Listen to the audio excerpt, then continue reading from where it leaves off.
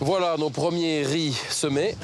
Alors on voit bien que les grains ont quasiment tous coulé. Il y en a quelques-uns, on voit là, qui sont encore à la surface. Mais ils vont s'alourdir et ils vont finir par descendre. Donc là, on voit que la répartition est bonne. Donc si 50% arrivent à germer, on aura une rizière correcte. À partir de maintenant, l'essentiel de notre travail sera de surveiller les niveaux d'eau. C'est très important. Il y a une gestion du niveau d'eau qui est quotidienne. Dans cette région, il aurait été impossible de cultiver du riz sans le savoir-faire développé par Riquet.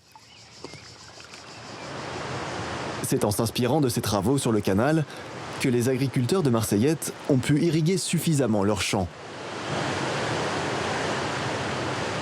Cette eau provient d'une rivière un peu plus loin.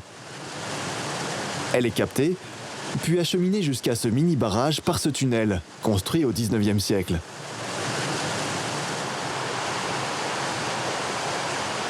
Ce système permet à Laurent Malice d'irriguer toutes ses parcelles, sans exception.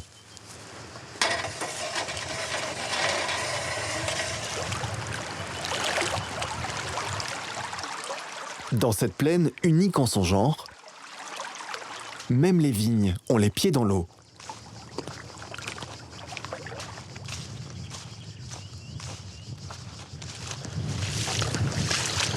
Et aller voir des vignes dans l'eau avec les bottes, c'est pas banal quand même. Hein.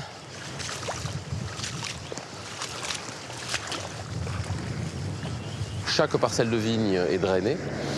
Et à partir de là, on met en eau. Aujourd'hui, c'est en eau. Demain, il n'y a plus d'eau. Après-demain, c'est sec. Voilà, grâce au système de drainage. Alors, pourquoi on arrose nos vignes dans les temps de Marseillette? Parce que l'épaisseur de terre qui intéresse la plante est très fine. Donc, les racines de nos plantes restent en surface. Donc, s'il n'y a pas d'eau, très rapidement, la plante n'a pas de quoi vivre avec les ressources du sol. Donc, l'eau est absolument indispensable.